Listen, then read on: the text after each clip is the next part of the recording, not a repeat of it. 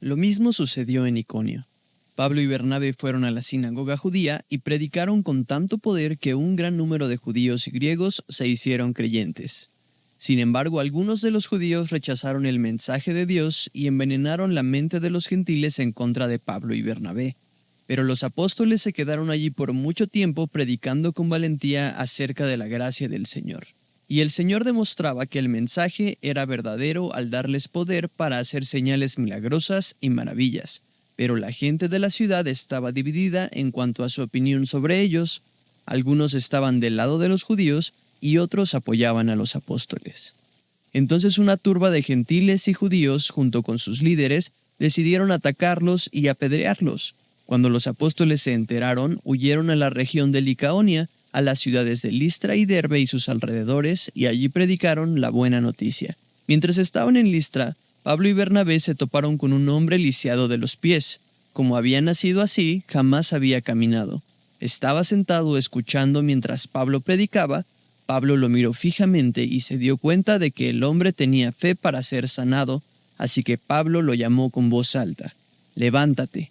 Y el hombre se puso de pie de un salto y comenzó a caminar. Cuando la multitud vio lo que Pablo había hecho, gritó en su dialecto local: «Estos hombres son dioses en forma humana». Decidieron que Bernabé era el dios griego Zeus y que Pablo era Hermes por ser el orador principal. El templo de Zeus estaba situado justo fuera de la ciudad, así que el sacerdote del templo y la multitud llevaron toros y coronas de flores a las puertas de la ciudad y se prepararon para ofrecerles sacrificios a los apóstoles. Cuando los apóstoles Bernabé y Pablo oyeron lo que pasaba, horrorizados se rasgaron la ropa y salieron corriendo entre la gente mientras gritaban: «Amigos, ¿por qué hacen esto? Nosotros somos simples seres humanos, tal como ustedes. Hemos venido a traerles la buena noticia de que deben apartarse de estas cosas inútiles y volverse al Dios viviente, quien hizo el cielo y la tierra, el mar y todo lo que hay en ellos. En el pasado, Él permitió que todas las naciones siguieran su propio camino, pero nunca las dejó sin pruebas de sí mismo y de su bondad. Por ejemplo, les envía lluvias y buenas cosechas, y les da alimento y corazones alegres». No obstante, aun con estas palabras, a duras penas Pablo y Bernabé pudieron contener a la gente para que no les ofreciera sacrificios. Luego unos judíos llegaron de Antioquía e Iconio y lograron poner a la multitud de su lado. Apedrearon a Pablo y lo arrastraron fuera de la ciudad pensando que estaba muerto, pero los creyentes lo rodearon y él se levantó y regresó a la ciudad. Al día siguiente salió junto con Bernabé hacia Derbe. Después de predicar la buena noticia en Derbe y de hacer muchos discípulos, Pablo y Bernabé regresaron a Listra, Iconio y Antioquía de Pisidia, donde fortalecieron a los creyentes. Los animaron a continuar en la fe y les recordaron que debemos sufrir muchas privaciones para entrar en el reino de Dios. Pablo y Bernabé también nombraron ancianos en cada iglesia. Con oración y ayuno, encomendaron a los ancianos al cuidado del Señor, en quien habían puesto su confianza. Luego atravesaron nuevamente Pisidia y llegaron a Panfilia, predicaron la palabra en Perge y después descendieron hasta Atalia. Por último, regresaron en barco a Antioquía de Siria, donde habían iniciado su viaje. Los creyentes de allí los habían encomendado a la gracia de Dios para que hicieran el trabajo que ahora habían terminado. Una vez que llegaron a Antioquía, reunieron a la iglesia y le informaron todo lo que Dios había hecho por medio de ellos y cómo Él también había abierto la puerta de la fe a los gentiles, y se quedaron allí con los creyentes por mucho tiempo.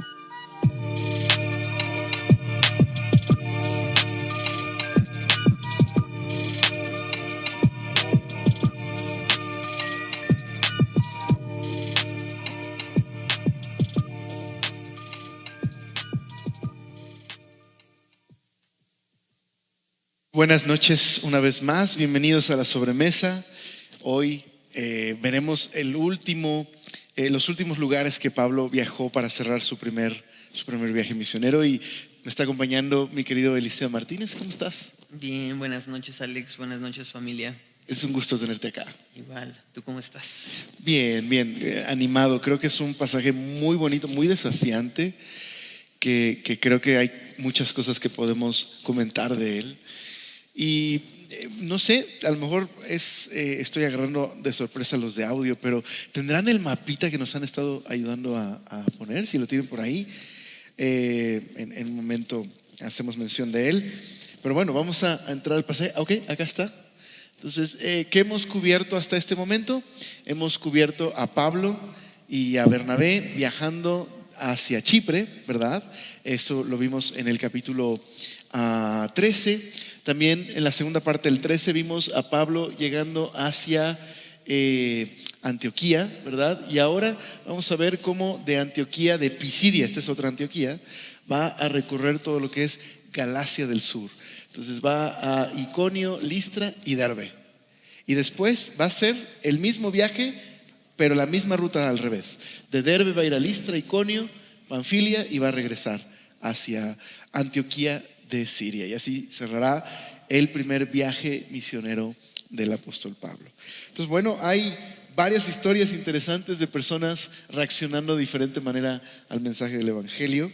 Vamos a ver primero lo que sucede en Iconio. Dice el verso 1 del capítulo 14.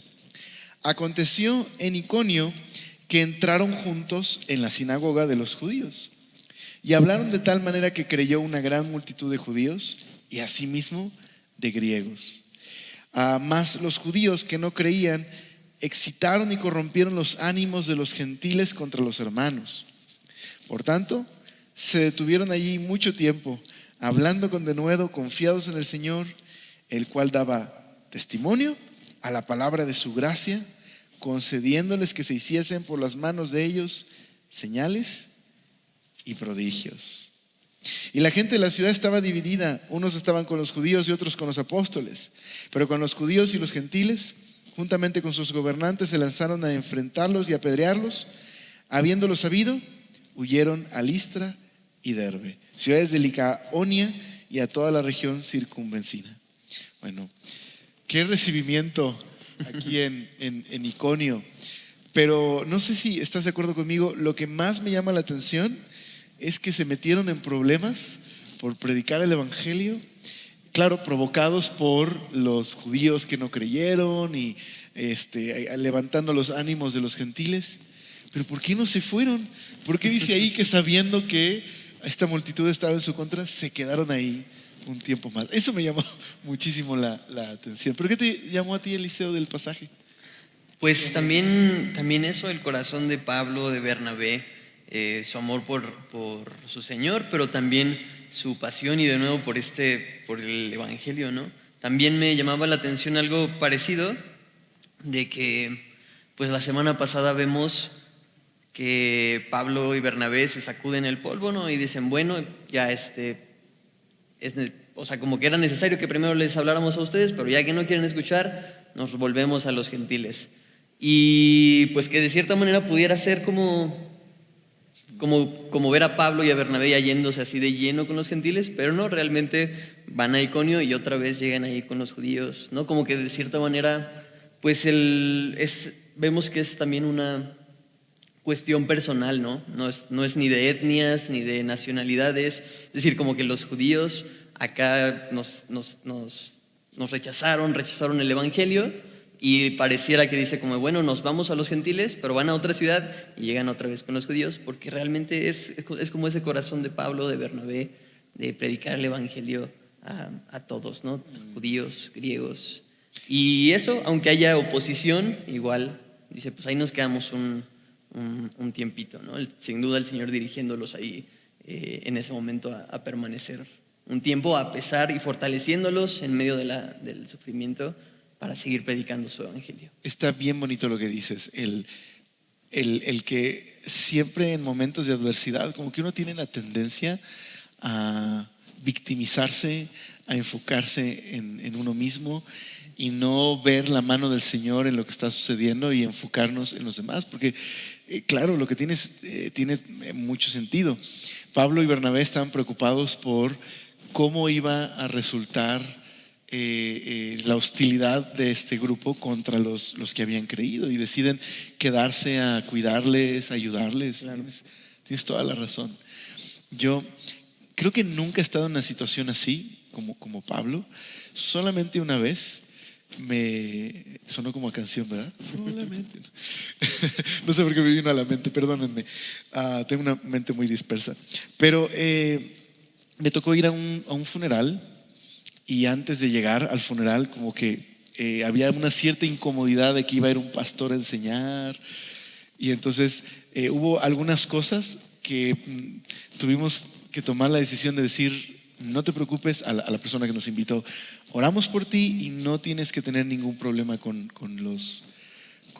la gente que está aquí, o sea, tranquila, lo más importante es que crees en el Señor y vamos a compartirles, pero no hubo tanta libertad de hablar porque había se pudo haber hecho un pleito ahí, digamos, ¿no? Ya. Pero no me había tocado, por lo menos así como Pablo, tan grueso. No sé si te ha tocado estar en una situación así o algún familiar cristiano. No, tampoco, así como ahora sí como que se te vengan encima, no, la verdad es que no. Pero justo también pensaba, o sea, que a veces somos como, bueno, no sé si todos, yo soy muy pronto pues a veces como a generalizar, ¿no? Y entonces, si tuviste como alguna experiencia con, no sé, compartiendo el evangelio con, no sé, con por decir algo, ¿no? Con creyentes de cuna cristiana o algo así, y ves que realmente como que no hace clic, ¿no? Es como, no, ellos es bien complicado, ¿no? Mejor no. O testigos de Jehová, o no sé, como que dices, no, con ellos es... Pero aquí Pablo es como de uno a uno, ¿no? O sea, como que somos muy prontos a generalizar, pero si en algo podemos caber todos es en que necesitamos escuchar eso una vez más, ¿no? El evangelio del Señor. Y sí, realmente no, así como persecución o que se me vengan encima. Creo que no. Sí, sin duda hay veces que sí, pues estás ahí como eh, pues persistiendo en mostrarles el Evangelio, en hablarles del Evangelio y parece que no, ¿verdad? Que no entra, pero pues también confiar en el Señor de que pues, la semilla sembrada y de que la palabra es viva y eficaz y que el Señor lo ama más que yo y que Él en su soberanía está haciendo todo para llamarlo de regreso a Él. Entonces, pues eso, ¿no? Confiar en eso, pero no, así como que se me vengan encima, gracias a Dios, no. Hasta el momento no Hasta nos ha ahorita. pasado. ¿A ustedes les ha pasado algo así? Qué complicado, ¿verdad? Pero aquí estamos en una situación donde literal los que no han creído van y mueven a todos los demás.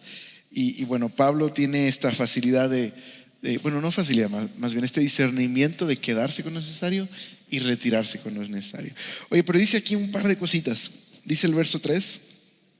Se detuvieron ahí mucho tiempo y dice que hablaban con denuedo, confiados en el Señor, el que daba testimonio a la palabra de su gracia. Está escuchando a Iber decir que esta palabra denuedo, que es de pronto extraña, ¿no?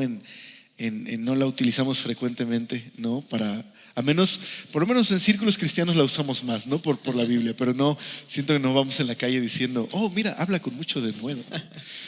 Pero significa libertad para hablar, pero sobre todo esta libertad, decía Ibert, alguien que es muy mentiroso, pues como que no tiene la libertad de hablar y decirle a otro, no digas mentiras, ¿no? Porque él es muy mentiroso, no tiene esta libertad, ¿no? Pero Pablo tiene denuedo y tiene libertad para hablar del Señor porque él está, junto con Bernabé, viviendo de tal manera que sus palabras las respalda su testimonio. Entonces, no sé, me impactó. Siempre había pensado que denuedo es como que hablas muy bonito, ¿no? Como que tienes facilidad de hablar, pero se refiere más a esto. ¿Tú qué? A la integridad, ¿no? Ajá, Wow, qué bonito. está muy, muy padre. Ujú. Y luego habla de señales y prodigios que hacía Pablo por mano de ellos. Aprovechando una pregunta rezagada que hace ratito estaba checando, dice, ¿solamente los apóstoles hacían señales? ¿O las señales siguieron acompañando a los creyentes? ¿Qué opinas de eso, querido Chase? ¿Cómo? ¿Solo los apóstoles? ¿Solamente ellos hacían señales o señales siguieron acompañando a los apóstoles, a los creyentes? Buena pregunta. Buena pregunta. Quizás no todas las señales, ¿no? Pero, digamos, ¿siguió habiendo milagros a través de la iglesia? Ah, ya. Es que señales se oía muy dramático, ¿no? Como resurrección o algo así, ¿no? Más bien como que había entendido la pregunta a que si solo era con los apóstoles, es decir, con los discípulos de Jesús y con Pablo y Bernabé, o con todos los creyentes. Pero no, más bien es si Sí, después los también milagros continúa, ¿verdad? continuaron. Ajá. Sí continúan, ¿no? Sí continúan. Bueno, aquí lo que dice es que es Dios por mano de ellos. Al final, cuando regresan a Antioquía de Siria, les comentan lo mismo, ¿no? Refirieron cuán grandes cosas había hecho Dios con ellos, ¿no? O sea, como que están hablando de que, es decir, todo esto lo está haciendo Dios, ¿no? Y pues es el mismo Dios, y en su soberanía sí permite que todavía sucedan señales, maravillas que acompañen la predicación de la palabra de su gracia. Pero también por ahí vi un comentario de que la manera en la que lo expresa, Yo lo estaba buscando, dijiste por ahí. Ya sabía. de que la manera en la que lo expresa Lucas, como que da a entender que es algo que sucede, es decir, que tampoco es como que sucedió un par de veces y ya, pero que tampoco es recurrente. Es decir, ellos son apóstoles, son enviados, son evangelistas, están predicando el evangelio. Eso es como algo que hacen con más regularidad. Están haciendo discípulos, lo que el Señor les mandó a hacer. Y esto, como que, es decir, no son milagreros o sanadores, sino que más bien son apóstoles predicando la buena noticia, y las señales y los milagros los acompañan. Y eso creo que es justo el balance que necesitamos escuchar, porque creo que oscilamos entre estas dos posturas, ¿no? No sé si a ustedes les haya tocado escuchar una u otra, ¿no? Tenemos esta postura de quienes dicen no hay milagros, ¿no? O bueno, por lo menos sí creen que Dios puede sanar o puede hacer un milagro, pero están muy reservados a la idea de que Dios pueda manifestarse en la iglesia. Y por un lado, entiendo, tenemos miedo de los charlatanes, ¿no? Y de aquellos que usan eso para un beneficio propio. Pero no vemos en la Biblia una indicación de que Dios no pueda seguir obrando a través de su iglesia. Pero tienes razón, este otro extremo de tristemente lugares donde se enfocan solamente en ven por un milagro, lo cual nosotros no, o sea, ninguno puede producir un milagro. No es que los apóstoles eran jedis, ¿no? Y tenían poderes para sanar, sino era Dios respaldando el mensaje que había en su boca. De hecho, me llama mucho la atención, leí que señales y prodigios es como una combinación de dos palabras que se usa mucho en Éxodo para hablar del momento en el que Dios intervino muy especialmente para rescatar a su pueblo. Entonces aquí tenemos igual señales y prodigios siguiendo al nuevo Éxodo, ¿no? Claro. Que un nuevo acción de rescate que Dios está haciendo. Entonces sí creo que necesitamos este balance. Sí. Tienes toda la razón. Entonces tienen de nuevo, porque sus vidas respaldan lo que están diciendo, ¿no? Es como llegar y decirle a alguien, sí, Dios puede restaurar tu matrimonio, y resulta que tú eres un grosero con tu esposa, ¿no? Pues ahí va a haber un testimonio que no respalda las palabras. Y las señales, me acordé ahorita que hace 2 domingos fue en la noche de adoración. Sí. Hace 2 domingos. Por cierto, ¿estuvieron en la noche de adoración? Tienen que estar en la próxima, ¿qué es? Sería el último domingo de septiembre. Mi hijo debe saber, sí, porque se aprende las fechas.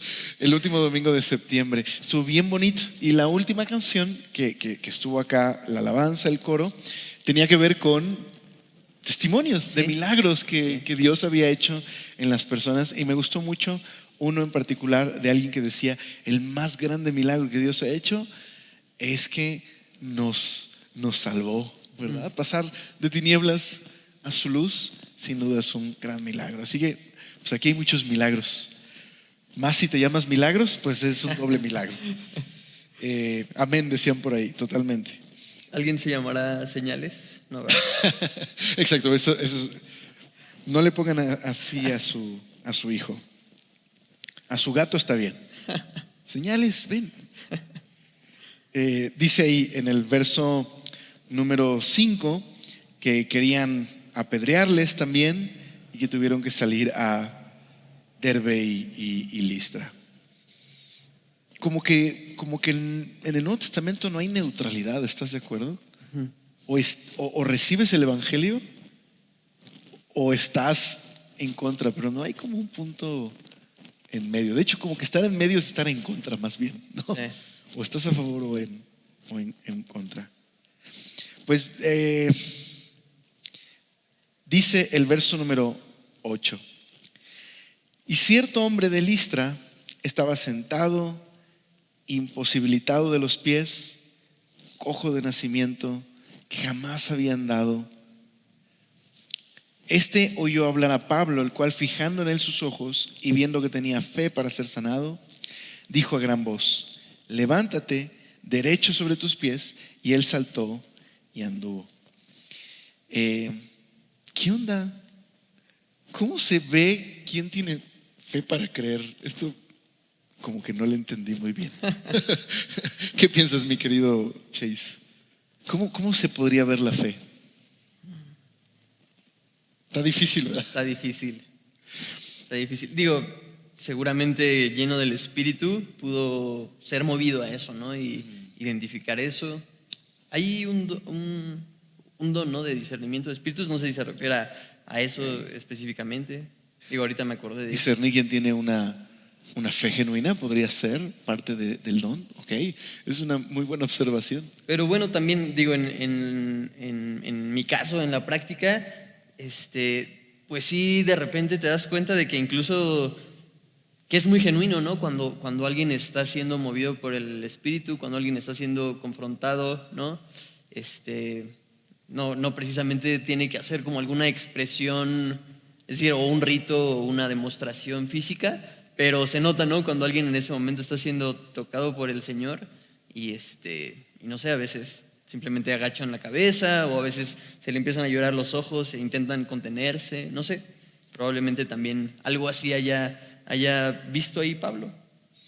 Qué padre que algo que dices me pareció muy interesante. A veces podemos confundir la fe con cosas externas que hacemos, ¿no?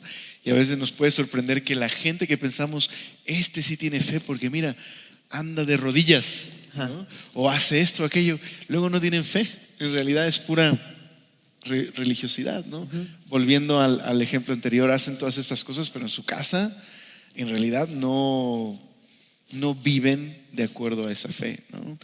Pero quizás, como dices, Pablo vio en este hombre que estaba conmovido, quizás su forma de ver, ¿no? A Pablo, su mirada, algo vio que ve en este hombre fe para ser sanado. Pero también me surge otra pregunta: ¿está la sanidad limitada a la fe que tenemos? O sea, si tengo poca fe, ¿me sana poquito el Señor? Porque de pronto podemos pensar eso, ¿no? Sí. Y no necesariamente es lo que está diciendo No. el pasaje. ¿Qué piensas de eso?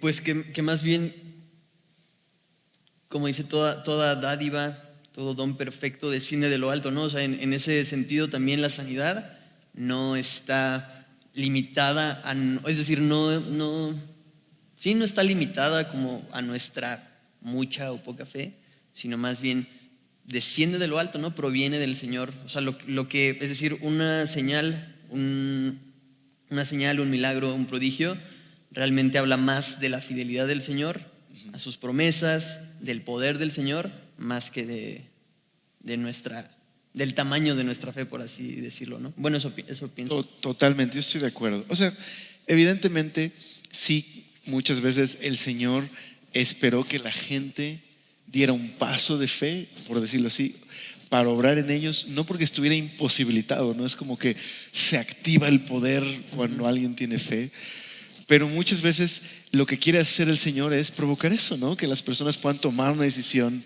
hacia Jesús. Pero pienso en que a veces no lo hacemos en mala onda ni nada, pero pienso que a veces cuando queremos animar a alguien que está enfermo, le decimos: yo un día estuve enfermo y tuve mucha fe y el Señor me sanó. Deberías tener mucha fe, mi hermano. Y es como, ¿y si el Señor no quiere sanarle? Aunque tenga, si se pudiera calcular así, 3 toneladas de fe, ¿no? A lo mejor el Señor lo que necesita más bien es fe para confiar en que Dios, aunque no le sane, es bueno, ¿no? Entonces simplemente como dejarlo así, ¿no? De no pensar que la fe es lo que me activa el milagro, ¿no? Por decirlo así. Pero evidentemente Dios a veces nos empuja a ese lugar donde quiere obrar en nuestras vidas hasta el momento en que abrimos nuestro corazón y nos rendimos. Ok, el Señor hace algo, ¿no? ¿Estarías de acuerdo con Sí, sí, eso? sí. También digo, me dices si digo algo muy raro, pero también, o sea, la fe realmente fortalece, trae confianza, trae ánimo en medio de las dificultades. No, no condenación, ¿no? O sea, como eso de, ay, es que eso, la condenación que trae como de no sanó porque yo no tuve fe, que tristemente a veces está ese como discurso, ¿no? Como, Claro. y realmente lo que trae la fe es confianza en el Señor, fortaleza en el Señor, en lugar de condenación. Tal vez pues sí, si trae condenación, tal vez más bien estamos poniendo la fe en otra cosa, ¿no? Probablemente Claro. podremos hablar de poner fe en la fe, y realmente es poner fe en el Señor. El Todopoderoso es nuestro Señor, ¿no? Él es quien obra para bien. Eso que dijiste está bien bonito. La fe fortalece. Y queremos animarte si has estado desanimado. A lo mejor ves estas historias y dices: oh, si tuviera más fe, entonces quizás Dios me sanaría. Animarte que confíes en tu Señor, ¿no? Como dices, no cometer el error de, como dijiste, poner fe en la fe, ¿no? O fe en el milagro. Más bien nuestra fe tiene que estar en el Señor. Y Él puede sanarnos, como a veces también el Señor puede obrar en nuestras vidas, fortaleciéndonos. Como decíamos hace ratito, a veces los milagros no necesariamente son una sanidad, sino el que una persona pueda caminar fiel a Dios y con esperanza, teniendo una enfermedad. Eso también es un milagro. En verdad es un milagro. Quizás hasta es más complicado que sanar a una persona. ¿Estás de acuerdo? Bueno, ¿qué sucede? Bueno, hay una sanidad y dice el verso número 11, que aparte es sorprendente, un hombre que nunca ha caminado y que ahora tiene fortaleza en los músculos para caminar. Si te lastimas un pie y no lo usas por unas 2 semanas, 3 semanas, se debilita tu músculo y es difícil volver a retomar el paso rápidamente. Nunca haber caminado y de pronto estar saltando. Dice: entonces la gente, visto lo que Pablo había hecho, alzó la voz diciendo en lengua licaónica. Esto quiere decir que Pablo y Bernabé no entendían lo que ahora sí que estaban hablando en griego. Dioses bajo la semejanza de hombres han descendido a nosotros. Y a Bernabé llamaban Júpiter y a Pablo Mercurio. Estos serían las versiones romanas de Zeus y Hermes de los griegos. Porque este era el que llevaba la palabra. Y el sacerdote de Júpiter, cuyo templo estaba enfrente de la ciudad, trajo toros y guirnaldas delante de las puertas, juntamente con la muchedumbre querían ofrecer sacrificios. Por cierto, tenemos un dato de la semana al respecto de esto, así que corre video.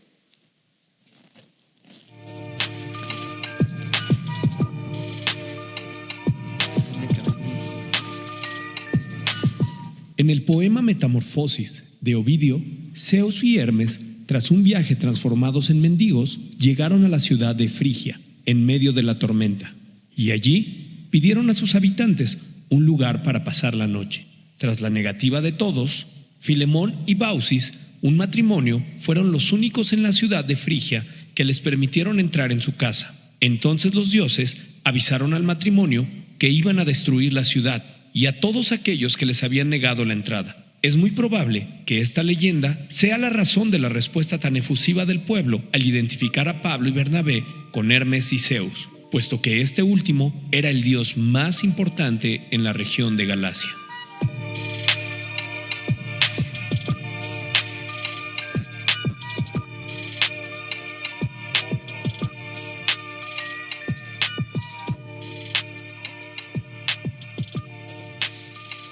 Pues ahí está, en la leyenda de Ovidio. Estaba leyendo que justo muchos comentaristas apuntan a que quizás por eso la gente estaba tan espantada, abrumada y deseando ofrecer sacrificios, porque existía esta leyenda que en la región de Frigia, que no está nada lejos de aquí, justo Zeus y Hermes, o Júpiter y Mercurio, se habían, en la versión romana, se habían disfrazado de mendigos y no los recibieron en casa, excepto ese matrimonio, y pues rostizaron la ciudad. Y incluso dice la historia que este matrimonio le pidieron a Zeus que los inmortalizara. Entonces uno se convirtió en árbol y el otro en ave, me parece. Y así siguieron, o dos árboles que estaban juntos, creo, me parece. Pero indistinto de eso, Zeus era la deidad más adorada en Galacia. Y justo uno de los templos más importantes a Zeus estaba ahí, en Listra. Y lo que dice la historia es que llega el sacerdote del templo de Zeus con sacrificios. Entonces, ¿te imaginas la escena? Pablo está predicando con Bernabé, la gente empieza a hablar en un idioma que ellos no entienden y lo que están diciendo es: nos están visitando los dioses, tenemos que hacer algo, no nos vaya a suceder como sucedió en aquella ciudad. Y vienen con animales y Pablo no entiende y de pronto empiezan a ofrecer sacrificios. Yo no sé cómo reaccionarías, pero yo por lo menos me acuerdo de, perdónenme, tengo a Star Wars en el corazón también, entonces perdónenme, pero recuerdo esta escena cuando los Ewoks en el regreso del Jedi los atrapan al equipo de Luke y los van a ir a sacrificar, pero como creen que C-3PO es un dios, entonces escuchan a C-3PO para que no los sacrifiquen. Entonces yo no sé qué harías si la gente nos tratara de esa manera. O sea, ¿habrías aprovechado ese momento para decir: oye, Bernabé, ¿por qué no aceptamos los regalos? Y no sé cómo habríamos reaccionado, pero ¿cómo reacciona Pablo y Bernabé? Se rasga las vestiduras, ¿no? Dice ahí. Y, o sea, ahorita no había meditado en eso, pero, o sea, está interesante, ¿no? Que probablemente que no entendían lo que ellos dijeron. Entonces, o sea, ellos están ahí pues con esta persona que ha tenido fe para creer y que el Señor le ha levantado y está saltando, dando gloria a Dios.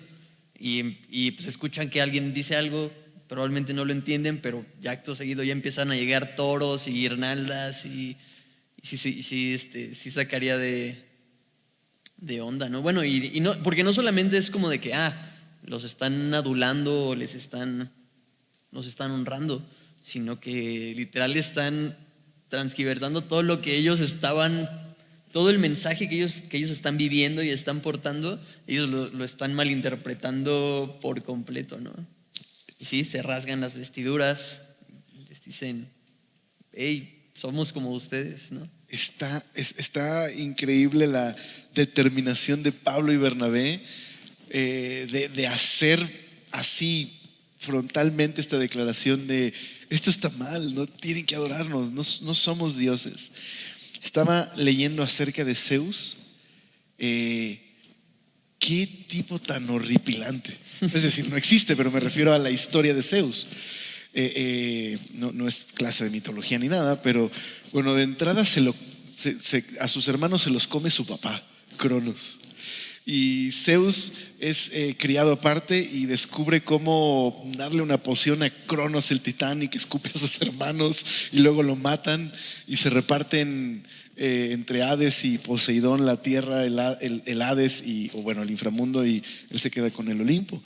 Pero es horrible las historias de los dioses. Zeus tuvo hijos con medio mundo griego, con hermanas, tías, horribles. Los habitantes de este tiempo sabían estas historias y conocían lo inmorales que eran los dioses. ¿Y por qué digo todo esto?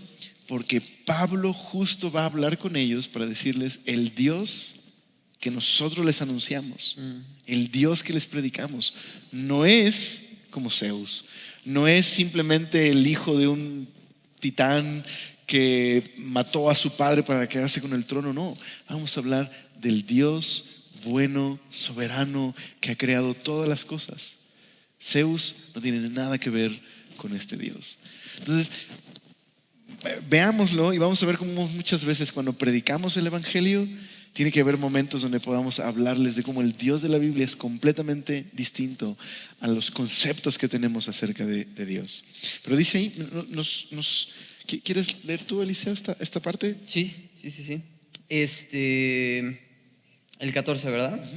Cuando lo oyeron los apóstoles Bernabé y Pablo, rasgaron sus ropas y se lanzaron entre la multitud dando voces y diciendo: varones, ¿por qué hacéis esto? Nosotros también somos hombres semejantes a vosotros, que os anunciamos que de estas vanidades os convirtáis al Dios vivo que hizo el cielo y la tierra, el mar y todo lo que en ellos hay. En las edades pasadas, Él ha dejado a todas las gentes andar en sus propios caminos, si bien no se dejó a sí mismo sin testimonio, haciendo bien, dándonos lluvias del cielo y tiempos fructíferos, llenando de sustento y de alegría nuestros corazones. Qué increíble es meditar en este Dios verdadero, que aparte dice del cielo, de la tierra y del mar. O sea, ni Poseidón, ni Zeus, exacto, ni Hades, ¿no? Y aparte es un Dios que no es un caprichoso que engaña a la gente y no es un Dios inmoral y no se molesta y entonces, pues los dejo sin comer. Es un Dios que a pesar de la rebelión de los seres humanos, a pesar de que han estado en sus propios caminos, Dios les ha dado testimonio desde antes, haciéndoles bien, permitiendo que sus cosechas florezcan, ¿no? Y crezcan.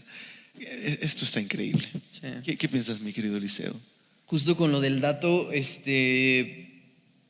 o sea, se ve ese contraste, ¿no? Como de cierta manera pareciera que los de ahí de Listra están adorando, ¿no?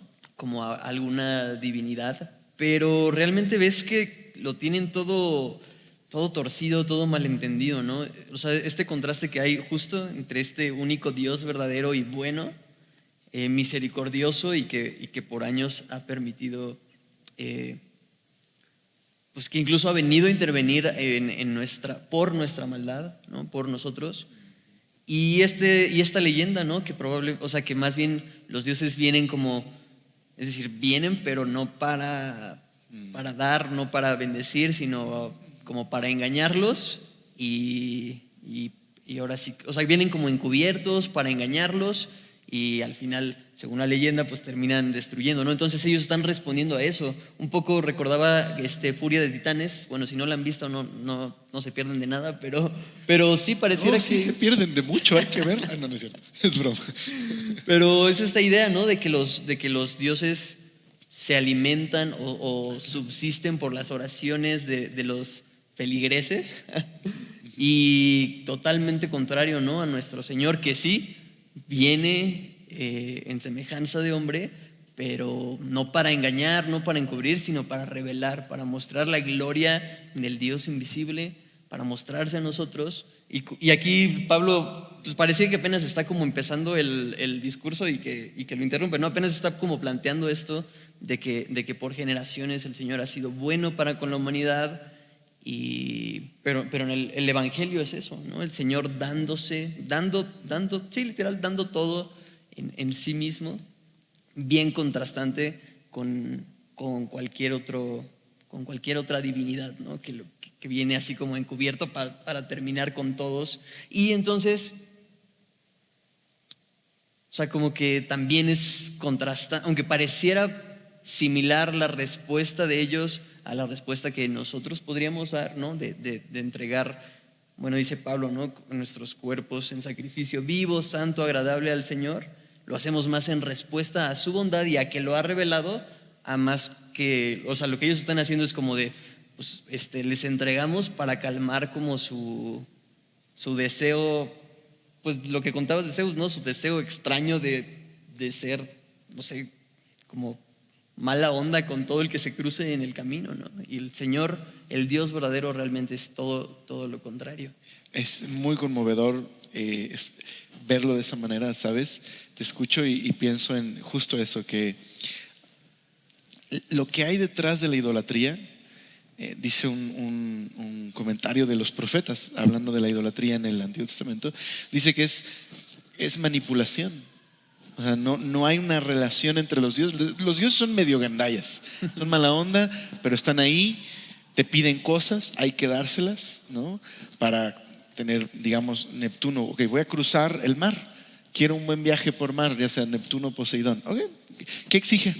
Pues vamos a darle lo que quiere, él me da lo que quiero, pero no hay una relación. Pero todo eso es una parodia, es un invento, es una parodia del Dios verdadero. Me hiciste recordar una canción.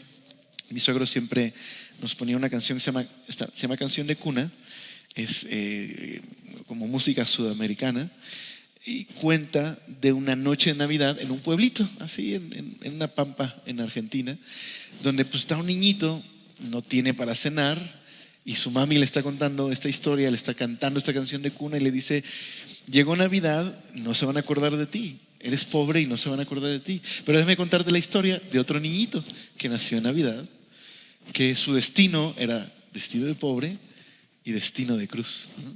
Entonces, hablando de la identificación del Salvador con nuestra condición, ¿no? Entonces, sí, totalmente. El Dios creador humillándose para identificarse con nosotros. Nada que ver con esta parodia de dioses, ¿no? Okay. Entonces, qué importante, ¿verdad? Es guardar en nuestro corazón y en nuestra mente quién es Dios, quién es Jesús, y anunciar su amor y verdad a un mundo que ha distorsionado la imagen de Dios y el Evangelio. Ahora, ¿cómo va a responder la gente? Pues no muy contenta. ¿Quieres ayudarnos a leer el resto? Y diciendo estas cosas, difícilmente lograron impedir que la multitud les ofreciese sacrificio. Entonces vinieron unos judíos de Antioquía y de Iconio, que persuadieron a la multitud, y habiendo apedreado a Pablo, le arrastraron fuera de la ciudad, pensando que estaba muerto. Qué loco, ¿no? Porque, veíamos ya la semana pasada vimos a los de Antioquía rechazando el evangelio.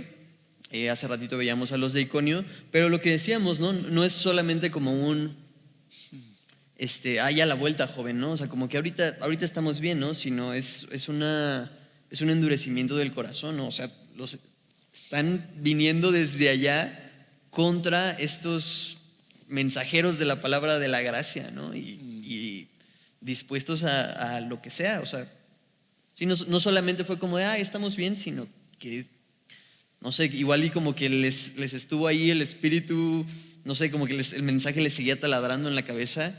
Dice como, no, vamos, ¿quién sabe dónde está Pablo? Creo que lo vieron ahí en Listra. Pues vamos, ¿no? Y llegan allá y lo apedrean. ¿Ahí me tenía que parar o le sigo? Si quieres, hasta el 23, ¿está bien? ¿Cuál me quedé? ¿En el 20? 20. Pero rodeándole los discípulos, se levantó y entró en la ciudad, y al día siguiente salió con Bernabé para Derbe. Y después de anunciar el evangelio a aquella ciudad y de hacer muchos discípulos, volvieron a Listra, a Iconio y Antioquía, confirmando los ánimos de los discípulos, exhortándoles a que permaneciesen en la fe y diciéndoles: es necesario que a través de muchas tribulaciones entremos en el reino de Dios. Y constituyeron ancianos en cada iglesia, y habiendo orado con ayunos, los encomendaron al Señor en quien habían creído. Qué bonito, está muy bonito este pasaje. Muchas cosas que quizás no tenemos el tiempo de profundizar, pero pensando una vez más en este contraste con la leyenda de Ovidio, dos dioses disfrazados de mendigos que no lo reciben en casa y destruyen a todos. Y estos dos mensajeros representantes del Dios creador del cielo, la tierra y el mar, y que no dicen, no quieren, entonces fuego del cielo, sino que ellos, siguiendo el ejemplo de su Dios que se dio a sí mismo, como decías, ellos también experimentan esta tribulación. Creo que lo más que me ha pasado es un amigo que me aventó un día una piedra de mala onda. ¿En serio? Pero chiquita, pues, ¿no? O sea, pero que te avienten piedras así. No, esto está muy grueso. Pero lo más grueso es que se levanta, no sé si el zombie de Pablo o qué, o en calidad de zombie, pero regresa a la ciudad, no está re loco Pablo. Yo me hubiera ido. Pero bueno, se levanta y lo que hace es fortalecer a los creyentes, animándoles. Qué bonito que se describe a los creyentes con una palabra. ¿Qué piensas? Discípulos, ¿no? Los que permanecen. Y a lo que les instan es a permanecer aún bajo sufrimiento. O sea, qué extraño no llegar y decir, Pablo, hermanos y hermanas, Dios les promete darles todo lo que pidan, solo digan en el nombre de Jesús y tendrán su milagro. Llega y les dice, hermanitos queridos, hermanitas queridas, recuerden que los discípulos atraviesan por muchas tribulaciones y sufrimiento y así permanecemos en su reino. Amén. Amén. ¿No? ¿Quién más quiere ser discípulo? No. ¿Qué onda con esto? ¿Qué piensas, querido Chase? Está fuerte y bonito, ¿no? Porque pues Jesús lo dijo, ¿no?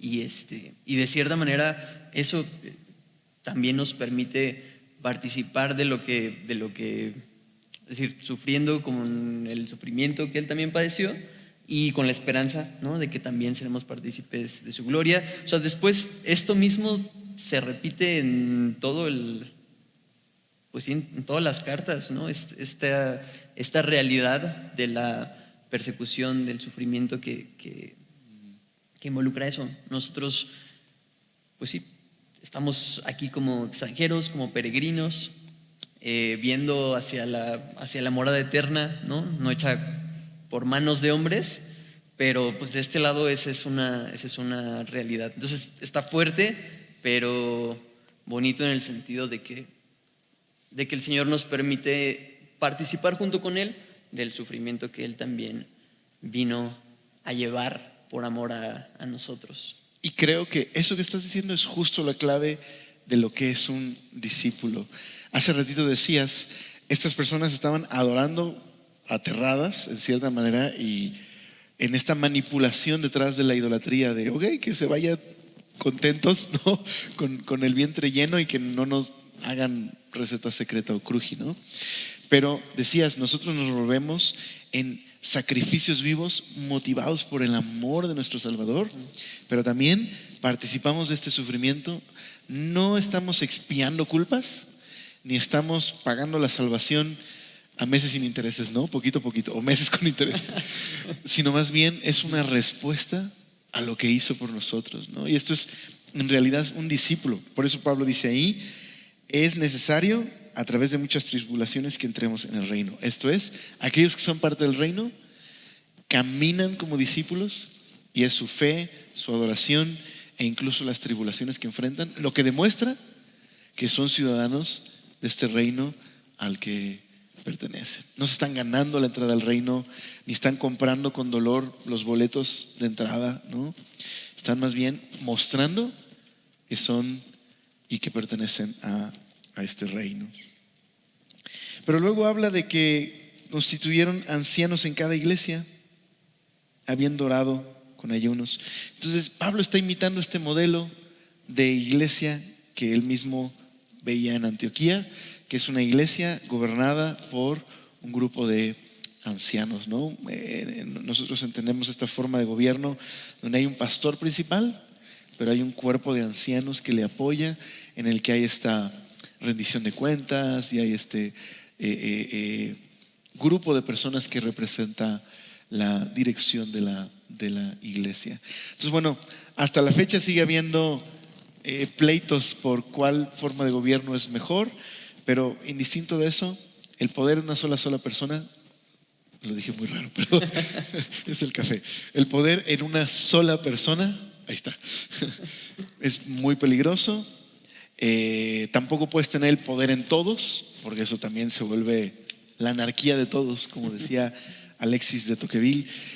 Más bien tienes un pastor que Dios ha llamado, pero con un grupo de ancianos que le cuida, en el que hay este apoyo y amor mutuo, y creo que esa es una perspectiva saludable.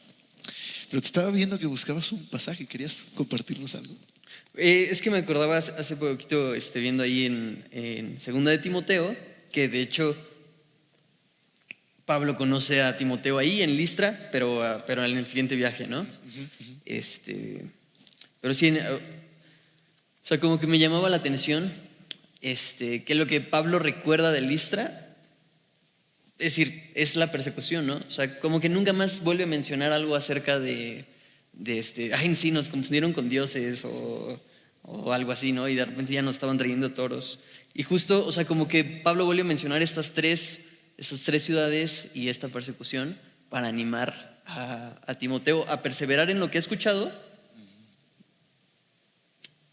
y a buscar a su Señor en la Escritura, ¿no? En 2 Timoteo 3, que justo el 16 y el 17 es como este pasaje que habla acerca de toda la Escritura es inspirada por Dios, útil para enseñar, redarguir. Pero en el 11 dice, bueno, desde el 10, pero tú has seguido mi doctrina, conducta, propósito, fe, longanimidad, amor, paciencia, persecuciones, padecimientos, como los que me sobrevinieron en Antioquía, en Iconio, en Listra, persecuciones que he sufrido y de todas me ha librado el Señor. Y también todos los que quieren vivir piadosamente en Cristo Jesús padecerán persecución. Y bueno, y después le dice, pero tú persiste en lo que has aprendido y te persuadiste sabiendo de quién has aprendido y que desde la niñez has sabido las Sagradas Escrituras. Entonces como que se me hacía padre que es lo que recuerda Pablo de este viaje misionero, ¿no? Antioquía, Iconio, Listra, las persecuciones, como su Señor le permitió participar de eso, lo que le dijo a Ananías acerca de Pablo, ¿no? Le mostraré cuán necesario le es padecer por mi nombre, y es algo que Pablo está atesorando. Según, si no mal recuerdo, esta carta, ¿no? La de 2 de Timoteo, justo también la está escribiendo en un momento de persecución, no sé si en la cárcel. Sí, de hecho ya en 2 de Timoteo es una mazmorra prácticamente en la que está Pablo. Y así, o sea, sufriendo, él está fortalecido en ese Señor y animando a Timoteo, uno de esas personas que igual el Señor constituye para edificar a los santos de su iglesia, a permanecer también, ¿no? Como tú persiste en lo que has escuchado, busca a tu Señor en las Escrituras y utiliza la Escritura para perfeccionar a los santos para toda la... ¿Para qué? Para la obra del ministerio, ¿no? Digo, aquí ya no es así como que haciendo una mezcla de versículos, pero se me hace padre, o sea, que en medio del sufrimiento Pablo es fortalecido por su Señor, recordando cómo en otros sufrimientos también fue fortalecido por su Señor.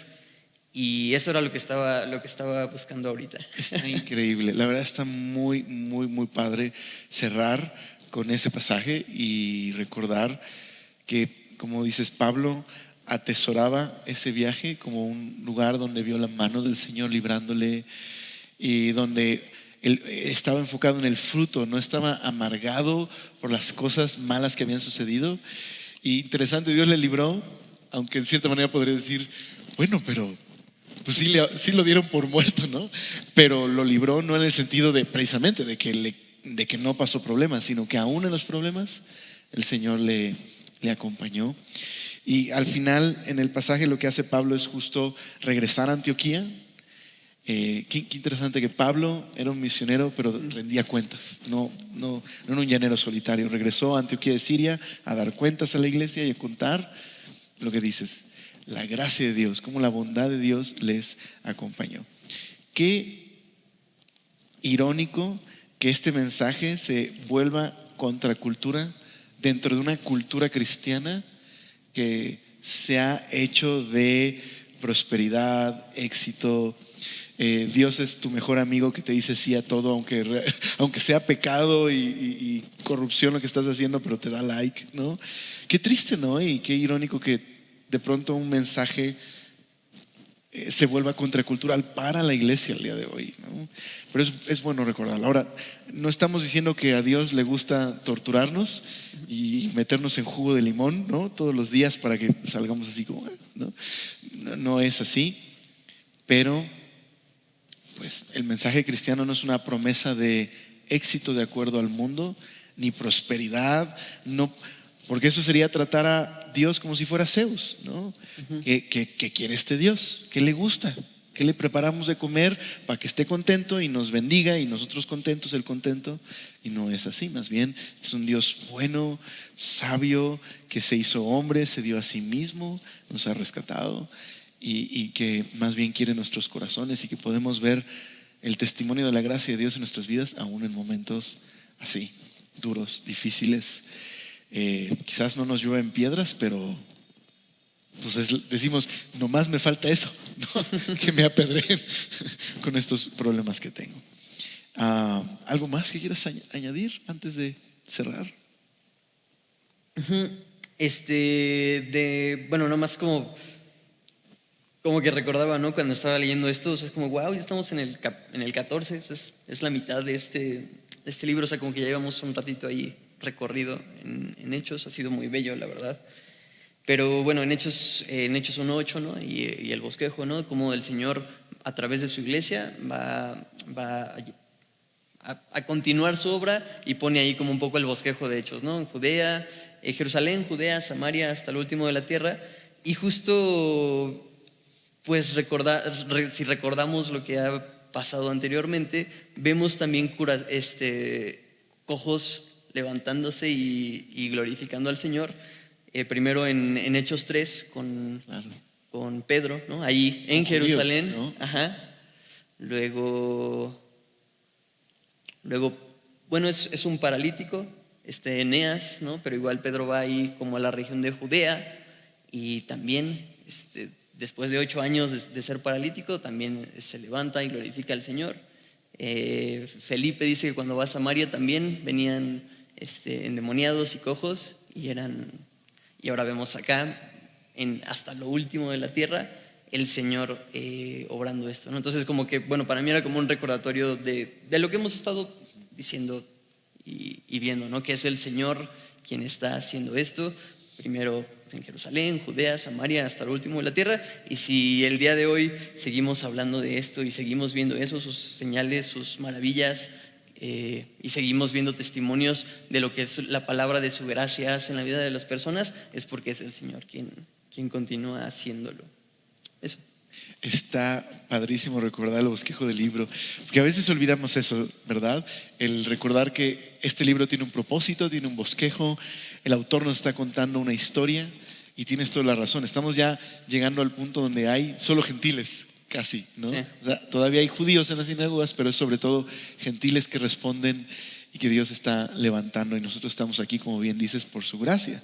Hablando de esto, hablando de este tema del evangelio, llegando hasta lo último de la tierra, a cada rinconcito, donde hasta el día de hoy el Señor está en este plan de sanar cojos de todo tipo, espirituales, físicos, sanar a ciegos, sanar hombres perdidos, mujeres con un corazón roto. Queremos presentarles a los que no conocen este ministerio. Es un ministerio que se dedica precisamente a llevar el evangelio y la palabra de Dios a los rinconcitos de nuestro país. Vamos a ver un video de un ministerio que se llama La UNTI, así que corre video. La Biblia es para todos. Y como es para todos, los que ya la tenemos, se la debemos a quien no la tiene. Traducir la Biblia a un pueblo que no la posee en su lengua no se trata de altruismo. Es darles lo que Dios ha querido desde siempre, desde antes del principio de los siglos. La Biblia en la lengua materna de los pueblos revela el amor de Dios. Ellos no necesitan una lengua ajena para conocerlo, porque Él se da a conocer en su propio idioma. ¿Cómo puede un pueblo conocer que Cristo vino a identificarse con ellos si no les habla en su propio idioma? Cuando Jesús se encarnó, la gloria de Dios se tradujo a los hombres. Así que nos queda muy claro, la traducción de la Biblia es la voluntad de Dios. Iglesia, tú ya lo has vivido. Su palabra sana, su palabra fortalece, su palabra dignifica. Solo si su palabra se entiende en tus palabras. No se trata de exterminar culturas, ni de quitar costumbres. Se trata de sanar y restaurar lo que el pecado ha desvirtuado. Todos los pueblos tienen un vacío, que pasa siglos esperando ser llenado con la palabra de Dios. Porque una cultura sin revelación escrita es aún una cultura incompleta. Y también la iglesia aún tiene vacíos, lugares reservados para ser ocupados por creyentes de todo pueblo, tribu, lengua y nación. La iglesia que anhela ver esto, traduce. La iglesia que ama, traduce.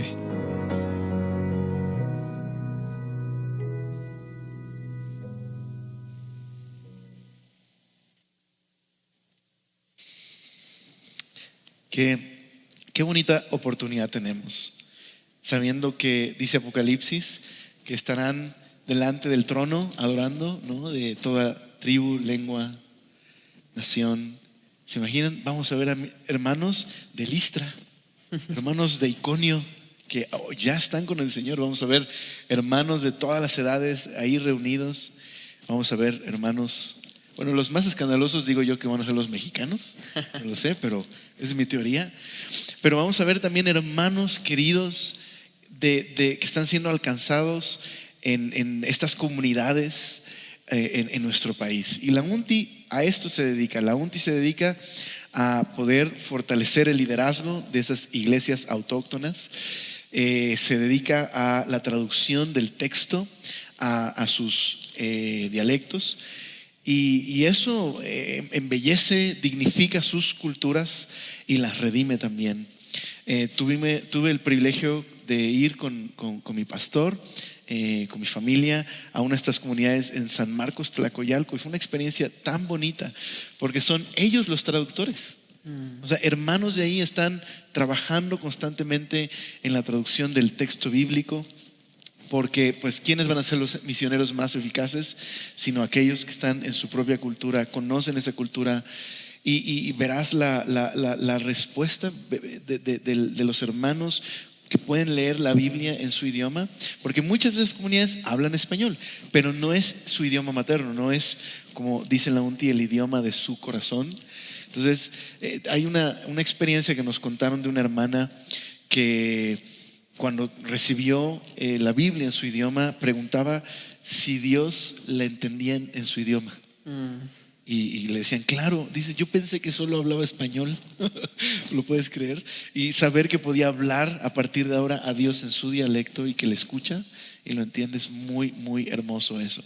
Bueno, nuestros hermanos de la UNTI están allá atrás en un módulo con información. Te animo mucho, por favor, a que puedas acercarte, conocer la labor que hacen. Ahí vas a encontrar información, pero también particularmente podemos apoyarles para la reunión que están haciendo este año. Van a hacer su congreso que hacen cada año, que por el COVID y este tema se detuvo un poco, pero van a reunirse una vez más con todos los traductores. Entonces sería muy bonito si podemos como iglesia acercarnos, conocer la labor, orar por ellos y apoyarles como cada quien Dios ponga en su corazón hacerlo. Entonces atrás están ahí para que puedas acercarte. Pues ¿qué te parece si pasamos a este tiempo de preguntas y respuestas? Así que como cada miércoles aquí va a estar el código QR, puedes escanearlo y checar ahí, perdón, más bien con tu teléfono escanear el código QR, ingresar a la página y poner tu pregunta. O en www.semillamexico.com también puedes ingresar ahí, darle en el banner que dice preguntas y respuestas y te va a llevar a esta sección. Entonces, ¿qué te parece si aquí ya tengo algunas? ¿Qué te parece si contestamos algunas de las que también han quedado un poquito rezagadas para que podamos contestar la mayoría que tenemos aquí? Dice, ¿los dones del Espíritu Santo los da o hay que cultivarlos? El pastor Fermín Cuarto mencionó que el Espíritu Santo capacita. ¿De qué manera? Entonces, nosotros tenemos una postura acerca de los dones espirituales. En 1 Corintios tenemos una lista de dones, operaciones y ministerios. aparte tenemos lo que llamamos no llamamos, más bien, la Biblia llama el fruto del Espíritu. Nosotros, particularmente en Semilla, creemos que los dones que aparecen, creemos que los dones son los que aparecen en la lista de Romanos, como enseñanza, profecía, exhortación, generosidad. Creemos que estos son dones que Dios da y que tenemos una responsabilidad de cultivar. En Corintios aparece una lista de lo que en griego son los energemas u operaciones del Espíritu. Estas son operaciones que el Espíritu realiza en su iglesia cuando quiere y como Él quiere, ¿no? Es esta lista de sanidades, profecía. El Señor lo hace cuando Él quiere y en momentos determinados. Y en Efesios tenemos una lista de ministerios, que son estos oficios que Dios da, que levanta a estos hombres para capacitar a la iglesia para el ministerio, que son apóstoles y profetas, maestros, evangelistas, pastores. Entonces no es una jerarquía, no es que los apóstoles son los más importantes y al final los maestros, más bien son ministerios que Dios entrega para capacitar a toda la iglesia. Y luego tenemos el fruto del Espíritu, que aparece en Gálatas, y que sí, es algo que Dios produce, pero que en cierta medida yo necesito cultivar en mi vida. Pero otra vez, esta es la manera en la que lo entendemos aquí en Semilla, y entendemos que es una manera útil de comprender cómo lo enseña Pablo. ¿Quieres agregar algo de esta respuesta? Bueno, es que hace poquito encontré ahí un libro que era de mi abuelo y luego de mi mamá. Y ahora, bueno, no es mío, pero yo lo tengo. Pero lo agarré. Que se llama Palabras griegas del Nuevo Testamento, y justo viene esa, la de carisma, que es la de dones, y pone ahí un uso que se le daba en ese entonces, ¿no? En los tiempos en los que están escribiendo, que habla acerca, es decir, que esto era algo que el rey daba por puritita voluntad, así de repente le daba eso, su carisma a cierta persona, solamente porque él quería. Entonces la pregunta era eso, ¿no? Como de el Señor las da o nosotros tenemos que ejercitarlas o algo así. Pero de entrada, o sea, es el Señor quien las da, ¿no? Y por su pura gracia y por su soberanía y porque es bueno. Y lo que decíamos hace rato, toda dádiva, todo don perfecto, toda carisma desciende de lo alto. Él es el que lo da. Nuestros hermanos de Argentina dirían que Dios les ha dado a ellos más, porque son sencillitos y carismáticos. Entonces, quizás dirían eso nuestros hermanos de por allá. Un saludo a nuestros hermanos que nos ven de Argentina. Un abrazo. Así es un regalo del Señor.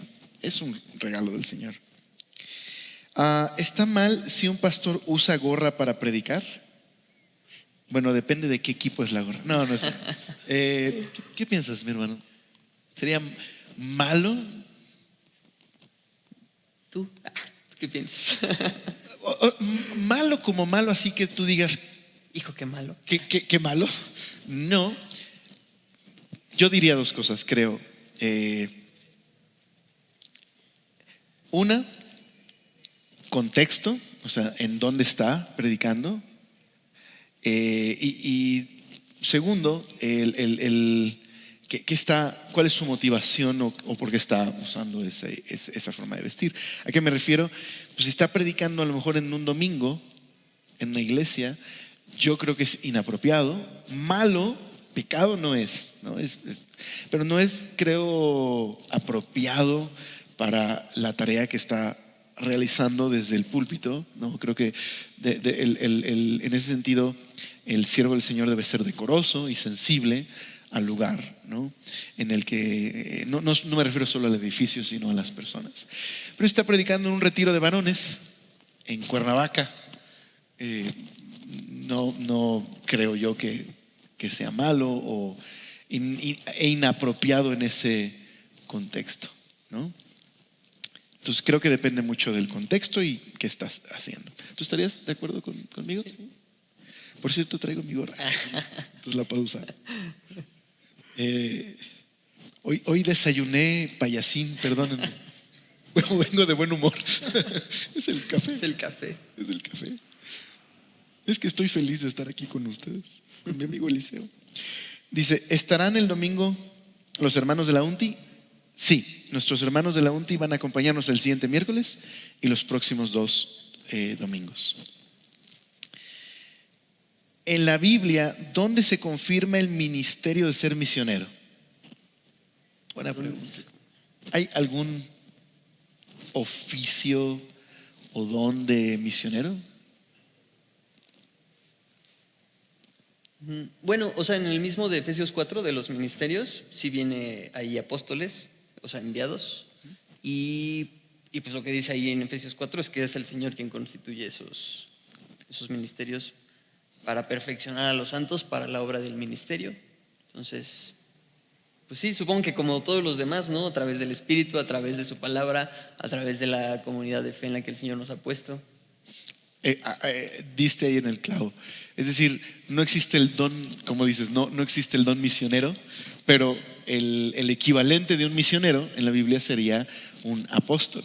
Otra vez, creo que tenemos que aclarar que el Señor Jesús tuvo 12 apóstoles. Hablamos de 12 mensajeros especiales con el propósito de guiar a la iglesia y establecer doctrina. De esos 12 no hay más, ¿no? Tenemos 12 apóstoles y evidentemente el debate de el 13º, ¿no? Pablo, ¿no?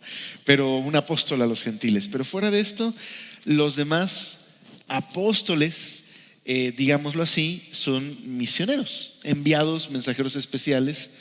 De hecho, Bernabé es llamado apóstol en el texto, porque simplemente es un misionero, un enviado, un mensajero. Entonces, en ese sentido, claro, hay apóstoles modernos, hay misioneros, pero no tienen nunca una función ni jerárquica, ni digamos esta función doctrinal como tenían los originales. Y también diste en el clavo.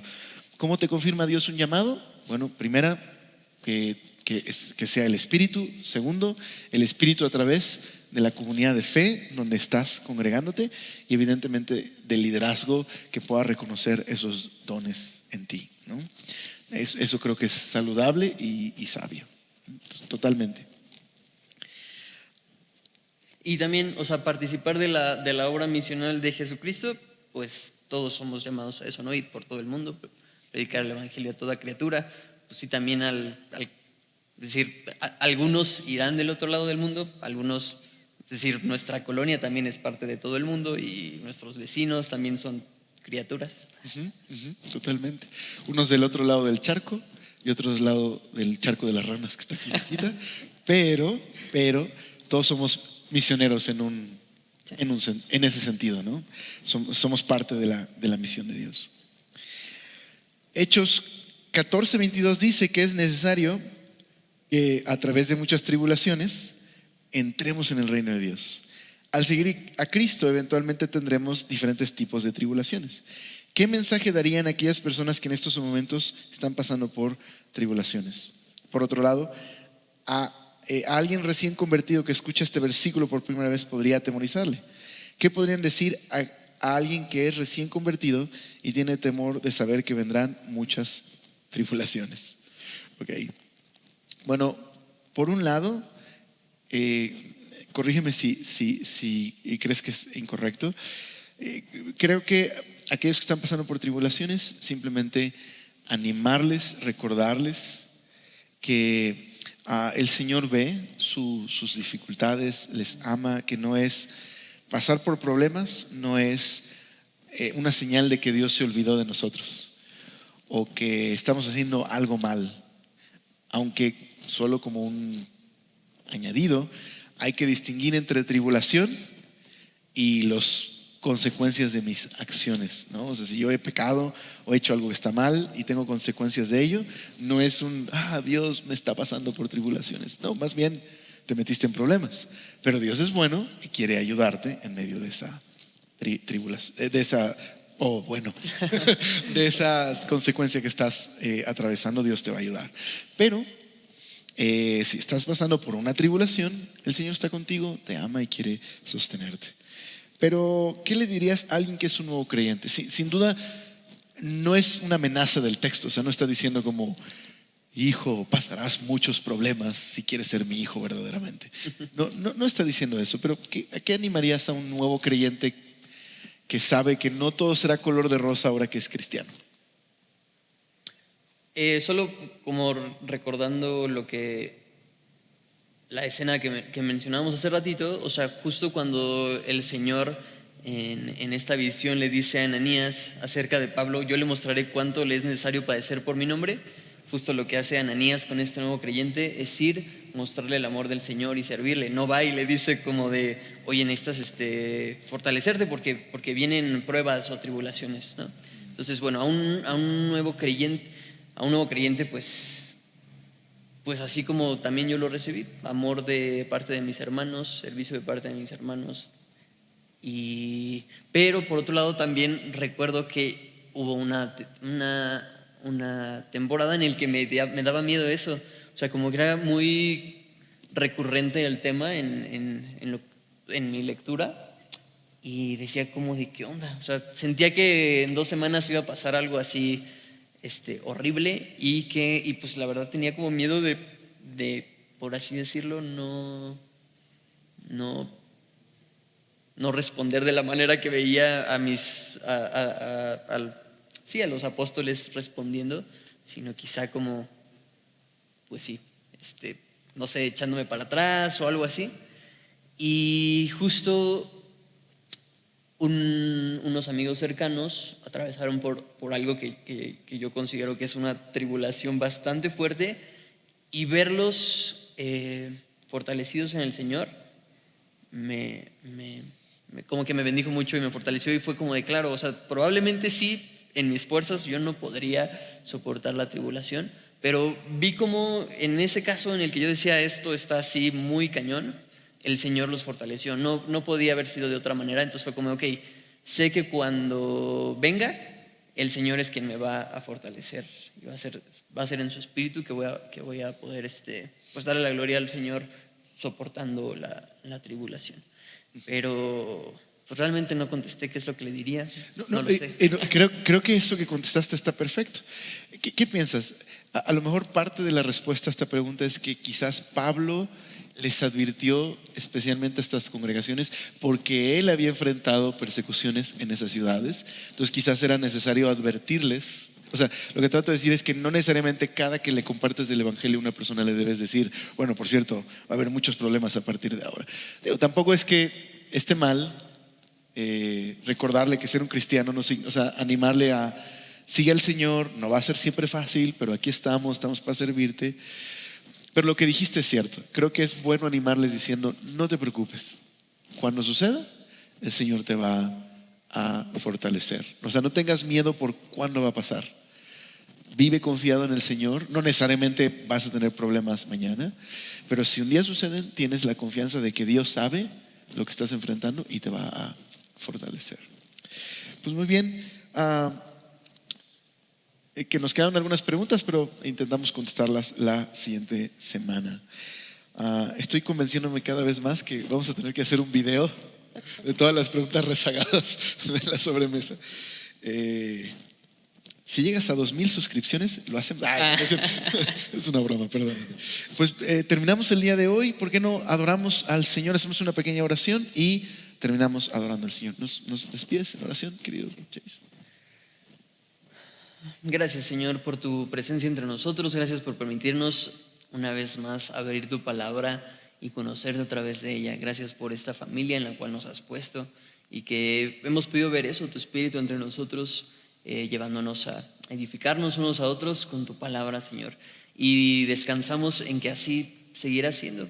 Te agradecemos por este tiempo en el que hemos podido, pues quizás ser fortalecidos, animados, confrontados a vivir para ti, Señor, a disfrutar de tu presencia, de tu gracia y de lo que estás haciendo entre nosotros. Gracias también por lo que estás haciendo a través de algunos ministerios como la UNDI, Señor, y gloria a ti por permitirnos participar de eso, de tu obra. de tu obra entre nosotros, Señor. Y Padre, también te pido por mis hermanos, por mis hermanas, nos lleves con bien a casa, que podamos seguir meditando en esto, seguir siendo transformados y seguir viviendo para ti. En nombre de Jesús oramos. Amén.